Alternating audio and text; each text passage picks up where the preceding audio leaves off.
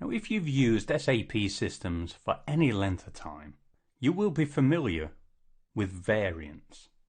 Now, for those that haven't used variants, it's really simple. I'm just going to run our program again and just show you our screen. Now, when we fill in values, so we can fill in any values we want, let's just say this one. We have the option of saving all the entries we make in the screen. And the object that we save, we call a variant. So once you make your selections and click the Save button, this allows you to save a variant. And I'll just click Save. Oops, give it a name. Z1. Oops, I need to give it a description. That's it. Now our variant's been saved. So what that allows us to do is the next time we come back to our program and we have a default screen, we now have this button appear, Get Variant. We can click that, select the variant we want, and then it'll populate the screen for us. And that's it. That's what a variant is. Now what we've just done there is what a user normally does. They would make their screen entries, then click the Save button and save the variant. But I want to show you some other ways of creating variants and go through some of these specific properties of variants that can be useful for us when creating programs. So first of all, back at the SE38 screen, we have the Variants button. And if we choose Create, we can enter a brand new variant name, choose the Create button. It shows us our screen. We can make our entries.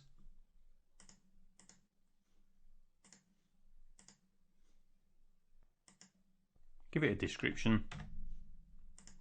Click Save and we're done. We have another variant. And if I do a drop down, you can see there's the first and the second one we've just created. Let me step back. Now what I suggest is when you're creating your program, you create your variants this way. It's just cleaner. And if we go in, we have this additional screen where we can work with the variants. Now what I'm going to do is select one, and then we're going to choose Change. These are the values. If I step back, we've got attributes as well. Attributes take you into this second screen.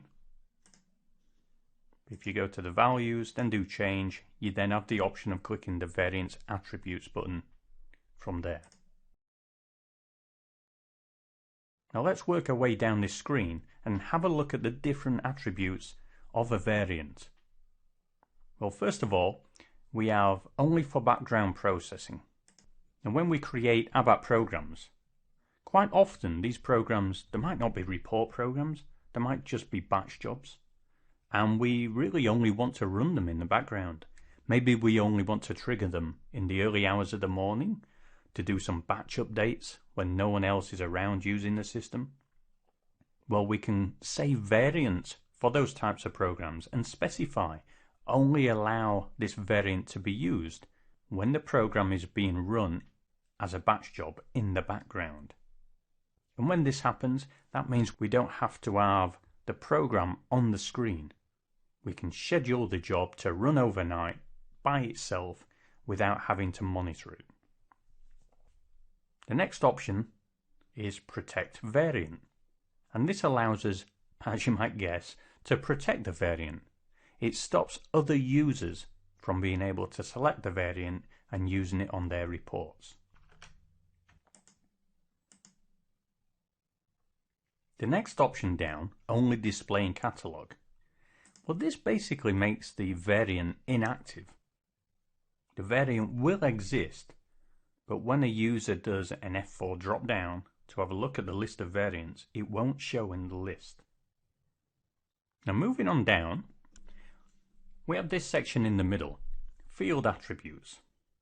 And if we work from left to right, which means bottom to top, we can see we can protect an individual field that is displayed on our screen. We can hide a field with this one. Then we have another hide field. Then selection variable, save fields without values, switch GPA off and required field. Have a play around with these. I mean, things like your required field, it'll make a field mandatory, so it has to be filled in. You can see we already made employee number mandatory, so the users can do this themselves with variants.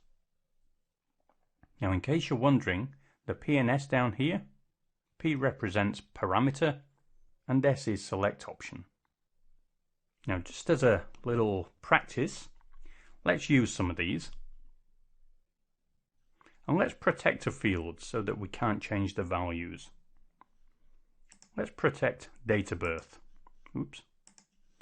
Click Save.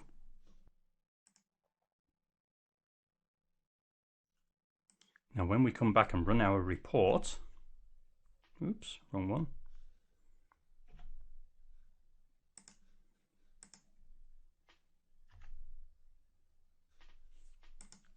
We will choose our variant. Oh, it looks as though I hid the variant, did I?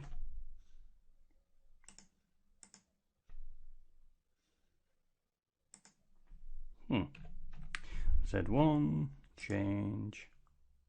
Oh, I did, didn't I? Let's take that off, and that one, and that one. Click Save. And we've still got the protected date of birth field. Go to our source code, run our program, and now we can select the variant. Now, see with protected date of birth, it's grayed out. We can't make any entries in there.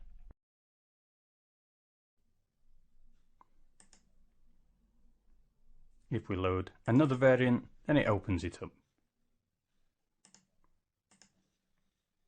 So have a play around with variants. They're very useful. And when you have large selection screens, you'll find that users create loads of variants.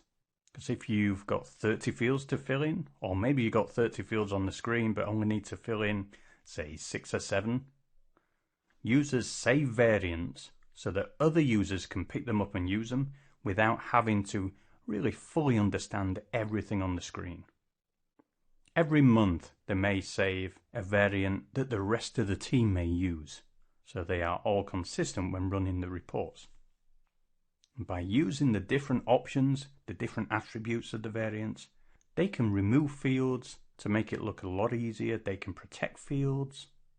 They can define default values and then hide the fields, so that when other users are running the reports, it doesn't look so complicated. They're really useful parts of the system. Now, there are various ways we can start a report with a variant. Now, from this SE38 screen, we can see a with a variant execution button up here. I think that's Shift F6. Yeah, that's right. So when we click this one, it says choose a variant, green tick, and it starts it automatically. But you know, a user won't normally have access to SE38. This is really only useful for us in a development environment. When a user runs a transaction in SAP, they usually select the transaction from the SAP menu tree, or they enter the transaction code in the top left-hand corner of the screen. Now, another way of running a report is by the user going to the System menu and then the Services option and choosing Reporting from there. So they'll go System, Services, and choose Reporting.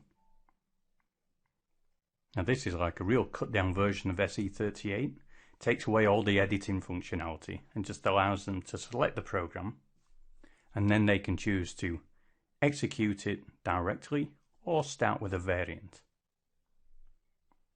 Now most users will run our program directly and then load a variant up.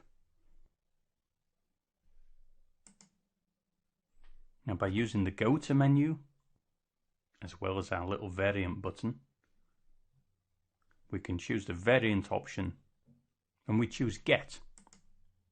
Then that will display a list of variants for us to use.